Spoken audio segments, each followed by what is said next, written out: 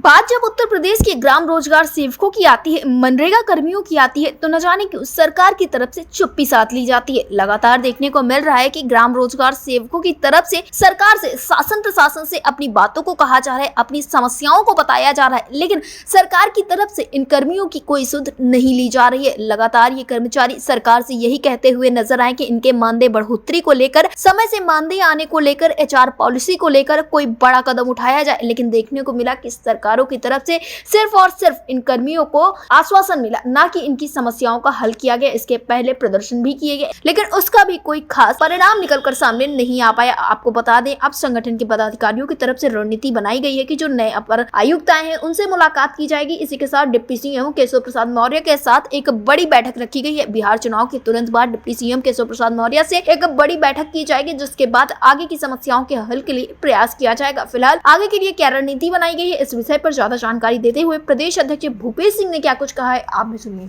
भूपेश जी, आपका हमारे चैनल अटल टीवी पे बहुत बहुत स्वागत है। धन्यवाद अटल टीवी को, और आपको बहुत बहुत धन्यवाद। भूपेश जी, जैसा कि देखने को मिल रहा है कि इस वक्त पर तमाम विभाग के जो अधिकारी हैं वे अपने कर्मचारियों की समस्याओं के हल के लिए कुछ ना कुछ खास करते हुए नजर आ रहे हैं, तो मैं जानना चाहूंगी ग्राम रोजगार सेवकों के लिए क्या कुछ नए अपडेट्स है, क्या आप लोगों की इस दरमियान किसी से मुलाकात हुई है? सभी जिन विभागों में अधिकारी अपने कर्मचारियों का पक्ष रखते हुए समस्याओं का समाधान कर रहे हैं, उनको हमारे तरफ से बहुत बहुत बधाई। लेकिन ग्राम्य विकास के अधिकारी जो हैं उनके जरा भी दर्द नहीं है कि हमारे जो निचले स्तर के कर्मचारी हैं, विशेषकर ग्राम रोजगार सेवक, उनके घर कैसे चलते हैं, उनका जीवन यापन कैसे होता है, जब कई महीने और कई वर्षों से मानदेय नहीं मिला है, तो कैसे अपने परिवार को चलाते हैं। काफी समस्याएं यथावत बनी हुई है। माननीय मुख्यमंत्री जी की जो घोषणाएं हैं उस पर अभी तक कुछ नहीं हुआ।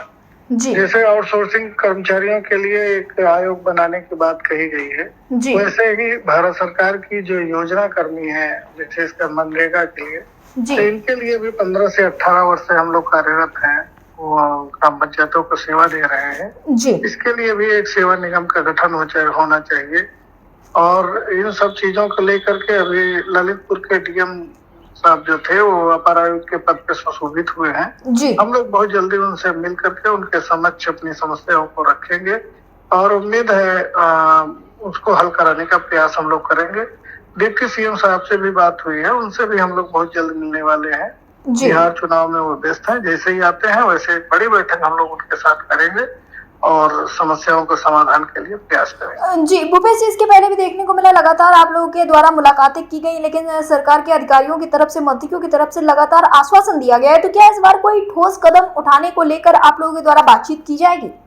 संगठन का कार्य होता है कर्मचारी और सरकार शासन के मध्य समन्वय स्थापित करके कर्मचारियों के समस्याओं को उनके समक्ष रखना और उनके निस्तारण हेतु प्रयास करना है। इस संबंध में जो भी संगठन से हो सकेगा वो हर संभव हम लोग प्रयास करेंगे। जी भूपेश जी, अटल टीवी से जुड़ने के लिए धन्यवाद।